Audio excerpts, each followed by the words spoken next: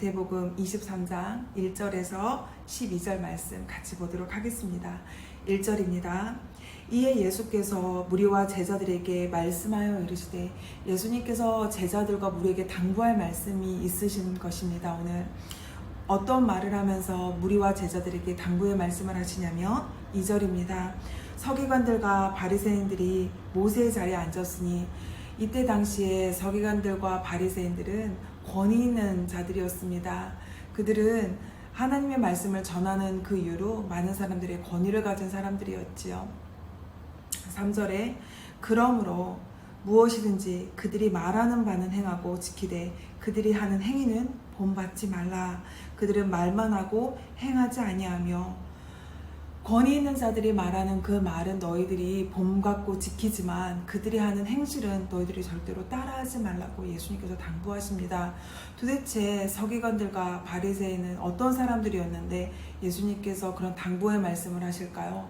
서기관들과 바리새인은 정말로 구약의 말씀을 잘 따랐던 사람들입니다.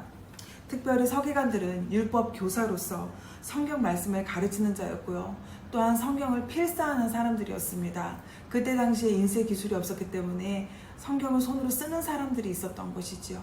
그 서기관들은 여호와, 야훼, 하나님의 이름을 쓸 때마다 목욕을 한 번씩 하고 그 성경을 썼던 그 정도로 경건의 그러한 삶의 모습이 사람들로부터 비춰졌었던 사람들입니다. 또한 오늘 봤던 바리새인 또한 그런 사람들인 거죠. 하나님께 모든 인생을 드린 율법을 정말 잘 지키는 사람들로 많은 사람들에게 알려졌습니다. 그런데 안타깝게도 예수님은 그들의 말은 너희들이 지키고 행하되 그들의 행실만은 너희들이 따라하지 말라라고 당부를 하시죠.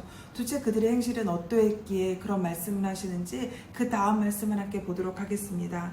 4절입니다. 또 무거운 짐을 묶어 사람이 어깨에 지우되 자기는 그것을 한 손가락으로도 움직이려 하지 아니하며, 많은 사람들에게 율법에 대해서 이렇게 지켜야 된다, 저렇게 지켜야 된다, 율법에 대해서 가르치긴 하지만 정작 자신들은 한 손가락으로도 그 손가락을 움직이려 하지 않는다. 그 말씀대로 정말로 행하려 하는 모습은 그들 가운데 없다라고 책망하시는 것이죠. 5절에 그들의 모든 행위를 사람에게 보이고자 하나니 곧 그 경문띠를 넓게 하며 옷수를 길게 하고, 여기서 경문띠라는 게 나오죠.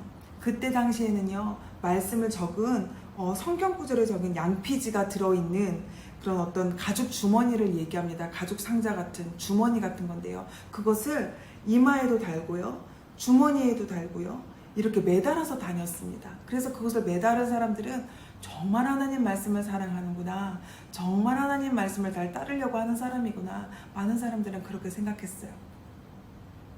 그 사람들은 그렇게 행한다라고 이야기합니다.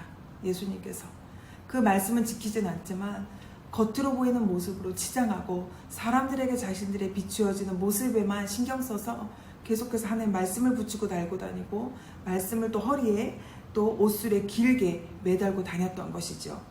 6절에 잔치의 윗자리와 회당의 높은 자리와 7절 시장에서 문안받는 것과 사람들에게 랍비라 칭함을 받는 것을 좋아하느니라. 그러니까 그 사람들은요, 우리 선생님, 우리 율법 선생님, 사람들이 그 사람들을 높이 칭하는 것에 대해서 너무나 그 안에서 만족감을 느끼고 만끽하고 있었던 거예요. 그들은 그 말씀을 따를 의지와 마음도 없었을 뿐만 아니라 사람들에게 그렇게 가르치지만 그들은 그런 삶을 살지 않았었던 것이죠. 사람들에게 인정받고자 하는 것에 그들이 많은 것에 포커스가 맞춰져 있었던 것입니다. 그것에 대해서 예수님은 책망하시는 것이죠. 높은 자리에만 앉고 싶었던 그들의 마음을 주님이 따라하지 말라고, 그 교만을 따라하지 말라고 당부하시는 말씀입니다. 8절에 그러나 너희는 랍비라 칭함을 받지 말라. 너희 선생은 하나요. 너희는 다 형제니라. 너희는 그렇게 너희조차 선생이라고 그런 말들을 들으려고 거기에 안정감을 두지 말아라. 9절 땅에 있는 자를 아버지라 하지 말라. 너희 아버지는 한 분이시니 곧 하늘에 계신 이시니다. 하나님을 말씀하시는 것이죠. 10절 또한 지도자라 칭함을 받지 말라. 너희 지도자도 한 분이시니 곧 그리스도시니라. 그러니까 우리의 모든 삶을 통하여서 우리가 드러나는 것이 아니라 예수 그리스도만 드러나야 된다. 하나님만 드러나야 된다라고 말씀을 하시는 것이죠. 제자들에게. 11절 너희 중에 큰 자는 너희를 섬기는 자가 되어야 하리라. 정말로 큰 사람은 섬기는 자라고 말씀하십니다. 섬김 받으려고 하는 자들이 아니라 섬기는 자가 정말 큰 자라고 말씀하시는 것이죠. 마지막 말씀입니다. 누구든지 자기를 높이는 자는 낮아지고 누구든지 자기를 낮추는 자는 높아지리라. 자기 스스로를 높이는 자는 낮아지고 자기를 낮추는 자는 하나님께서 그 이름을 높이시겠다라고 말씀하시는 것이죠. 여러분, 오늘 이 말씀을 통해서 저는 두 가지를 보고 싶습니다. 누구보다 말씀을 잘 알았던 서기관과 바리새인이었습니다. 그 서기관과 바리새인은 정작 자기의 삶의 모습에서 그것을 우리의 삶 가운데 어떻게 녹아져 내리게 하고 우리의 발로 그 말씀을 실천하려고 하는지 그 노력의 여지가 그들 가운데는 없었습니다.